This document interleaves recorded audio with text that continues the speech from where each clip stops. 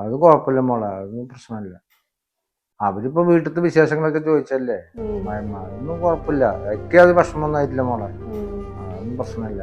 ഞാൻ പിന്നെ പോട്ടെന്നാ മോളെ. ഞാന് അനിയത്തിമാർക്ക് നേരം വൈകിട്ട് വരിക, വീട്ടിൽ വെച്ചാൽ ആരും ഇല്ല. അപ്പൊ സ്കൂൾ വിട്ട് സ്പെഷ്യൽ ക്ലാസ്സൊക്കെ ഉള്ള കാരണം അവർക്ക് നേരം വൈകിട്ട് വരാൻ പറ്റില്ല. അപ്പൊ അടുത്തുള്ള ലജിയിലടുത്ത് ഞാൻ പറഞ്ഞിട്ടാണ് ഞാൻ സഹായം ഉണ്ടെങ്കിൽ പറഞ്ഞ് ചെയ്യാൻ വേണ്ടി വന്നത്.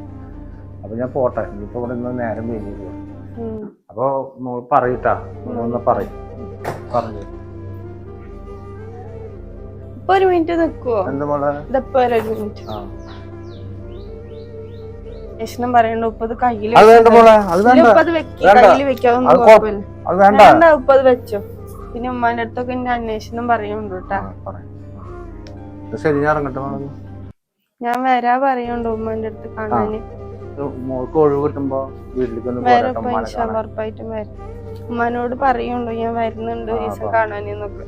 അപ്പൊ ശരി, പോയിട്ട് വരാം മോളെ. അസ്സലാമു അലൈക്കും. വലൈക്കും സലാം.